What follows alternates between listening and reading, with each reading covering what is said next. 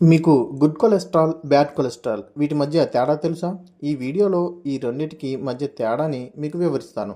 కానీ దానికి ముందుగా నా రిక్వెస్ట్ ఏంటి అంటే వీడియోని లైక్ చేసి షేర్ చేయండి. అలాగే నా ఛానల్ని ఫస్ట్ టైం చూస్తున్నట్లు అయితే వెంటనే సబ్స్క్రైబ్ చేసుకోండి. Hello friends, welcome to facts planet YouTube channel.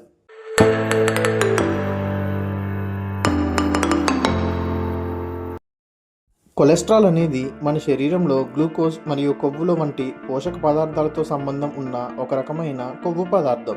ఇది రక్తం ద్వారా శరీరంలోని కణాలకు సరఫరా అవుతుంది. కొలెస్ట్రాల్ రెండు రకాలుగా ఉంటుంది. ఒకటి గుడ్ కొలెస్ట్రాల్, రెండు బ్యాడ్ కొలెస్ట్రాల్. గుడ్ కొలెస్ట్రాల్ని హెచ్డిఎల్ లేదా మీటా కొలెస్ట్రాల్ అని అంటారు. హెచ్డిఎల్ అంటే హై డెన్సిటీ లిపోప్రోటీన్ అని అర్థం. ఈ హెచ్డిఎల్ మన బాడీలో ఉండే అధిక కొలెస్ట్రాల్ని లివర్కి పంపిస్తుంది.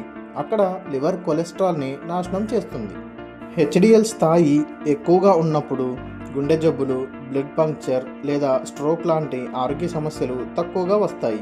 అలాగే సరిగ్గా పనిచేయని రక్తనాళాలను గుర్తించి అవి సరిగ్గా పనిచేసేలా వాటికి సహాయం చేస్తుంది. వ్యాయామం, కొవ్వు పదార్థాలు లేని ఆహారం తినడం లాంటివి చేయడం వల్ల హెచ్డిఎల్ స్థాయిలు పెంచుకోవచ్చు. హెచ్డిఎల్ స్థాయి ఎక్కువగా ఉంటే మనం ఆరోగ్యంగా ఉంటాం. సాధారణంగా హెచ్డిఎల్ స్థాయి 40 మిల్లీగ్రాముల కంటే ఎక్కువగా ఉండాలి.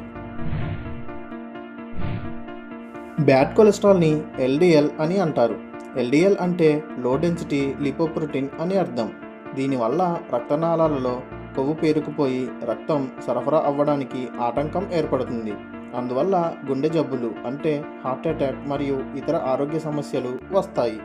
మనం ఎల్డిఎల్ స్థాయిలు తక్కువగా ఉండేలా చూసుకోవాలి. అందుకోసం వ్యాయామం చేయాలి, ఫైబర్ ఎక్కువగా ఉండే ఆహారాలు తినాలి.